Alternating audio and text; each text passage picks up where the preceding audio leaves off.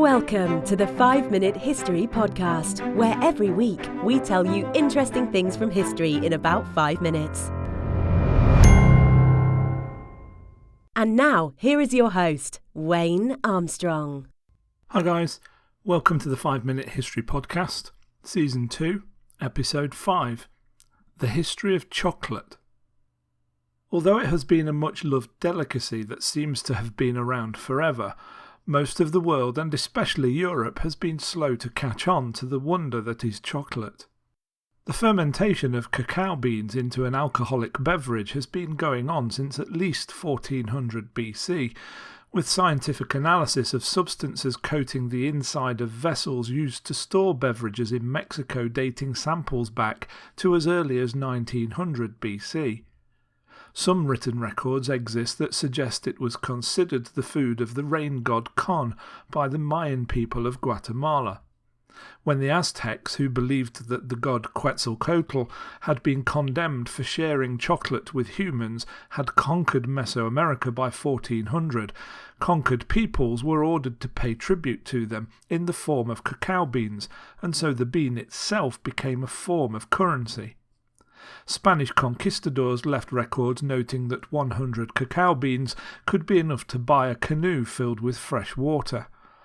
Where the Mayans drank their chocolate as a hot beverage, the Aztecs drank theirs cold, and it was included within the rations of Aztec soldiers. Of course, as soon as Christopher Columbus turned up in South America, it wasn't going to take long for cacao beans to find their way back to Europe, and sure enough, after his fourth voyage to the New World in 1502, he stumbled across the beans and observed that the natives obviously considered them to be of great value. Columbus brought some of the beans back with him, but even though he knew they were important, he didn't know why. It wasn't until 17 years later that their use would be observed when Hernán Cortés visited the court of Montezuma in 1519. Following the conquest of the Aztecs, the Spanish started to import chocolate, using it primarily as a medicine to treat abdominal pain. The beverage was bitter and didn't really find any other uses, until it was found that once you added a little sugar or honey to counteract the bitterness, you had on your hands something that was really rather delicious. From that point forward, there was no stopping its spread in popularity, and by the early 1800s chocolate had become popular throughout most of Europe. It's not all good news though, as with its rise in popularity over the preceding 100 years came a rise in the need for labour, as processing the cacao bean was very much a manual job. Mesoamerican labour was disappearing, mainly due to the introduction of diseases into the Americas that the native population had no defence against. This in turn led to an increase in the use of poor-wage labourers and African slaves in the numerous cacao plantations that were springing up, courtesy of English, Dutch and French colonisation. The Industrial Revolution of the late 18th and 19th centuries brought with it new manufacturing techniques.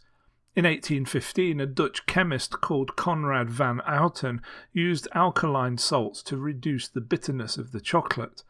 In 1828 he created a press that was able to remove about half of the cacao butter, the natural fat that exists in chocolate liquor. This made it cheaper to make, and the resulting product was more consistent. Known as Dutch cocoa, this machine-pressed chocolate is the forerunner to what would become the solid chocolate bar we know today. The cacao butter that had been removed by Van Houten didn't go far though, as in 1847 Joseph Fry learned how to mould chocolate by adding it back into the mix. In 1875, Daniel Peter invented milk chocolate by adding powdered milk from Henri Nestlé's factory. And in 1879, Rodolphe Lindt invented the conching machine, which improved the texture and taste of chocolate by mixing and agitating the chocolate mixture and evenly distributing the cocoa butter within it. A number of chocolate manufacturers started to spring up during the second half of the 19th century, including Nestlé, Lindt and Cadbury, which was producing boxes of chocolates in England as early as 1868, and Milton S. Hershey started producing chocolate in Pennsylvania, USA in the mid-1890s. Today, Western Africa and Ivory Coast produce about 2/3 of the world's cocoa, which goes into making the 7.2 million metric tons of chocolate consumed worldwide, with a market value of $130 billion every year. During the process of making all this chocolate, the manufacturers also use up about 40% of the world's almonds and 20% of the world's peanuts. Milk chocolate is the chocolate of choice, with 71% of Americans preferring it. There is good news and bad news associated with all this chocolate consumption. Its consumption has been linked to a longer life, but this does rather rely on people eating it in moderation, say 1 or 2 pieces per month. If you eat it 3 or more times per week, then unfortunately there is a link to a shorter life. Contrary to popular belief though, eating chocolate does not cause acne. I hope you enjoyed that episode of 5 Minute History. If you did, please subscribe, and if you get a chance, please leave me a review wherever you get your podcasts, as this will help me to grow the show. Also, why not check out my other podcast, 5 Minute Biographies, which you will find at www.5minutebiographies.com. Finally, if you'd like to see some pictures to go with the words, head on over to the YouTube channel at 5minutehistory.com/YouTube and check them out. Thanks for listening, and I'll see you next time.